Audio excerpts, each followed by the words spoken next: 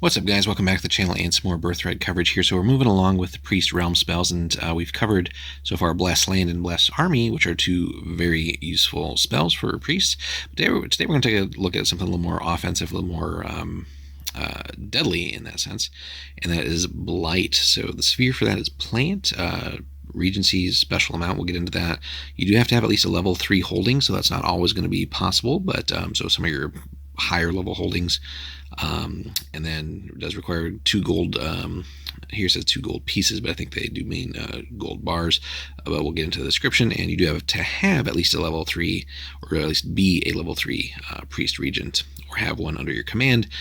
If you were, let's say, a non-priest ruler, basically, for like your political territory, but you did want to make use of a priest in your domain, your political domain. Anyway, so the duration here is 1 domain turn.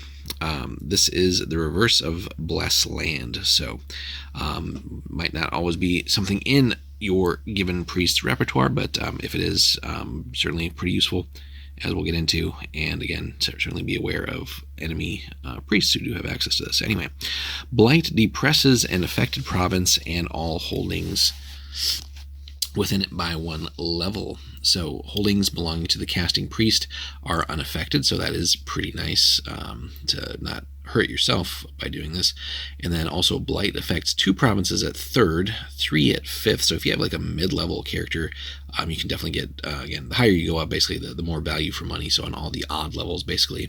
So if you have something, you know, like super high level priest for this setting, 7th to 9th level, let's say even hell 11th, you can definitely just wreck people with this at the correct times.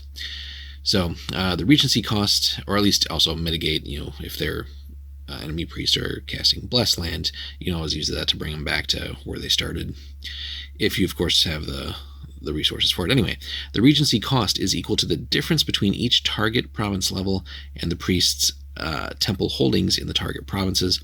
A priest who controls a temple 3 in a province 5 and a temple 3 in a province 4 must spend 3 regency points to blight those 2 provinces, but at least always a minimum of 1, so no freebies here. Now, if the priest is the ruler of the target province, he automatically loses 1 loyalty grade there, so something to keep in mind if you were running one of the sort of priestly like theocracies, so something like Medoir, Talinier, for example, in the Anawir setting.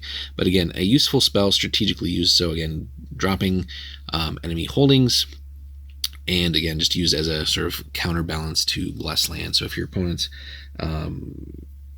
are going in on Bless Land frequently, just to, you know, get extra value out of that, certainly a useful tool to have to sort of drop them again back down, and not sort of get outpaced by the benefits of Bless Land for opponents. So pretty simple spell. Again, sort of first of the more offensive ones in that sense, where we're not focused on building up our own resources with either Bless Land or Bless Army to make our fighting forces better.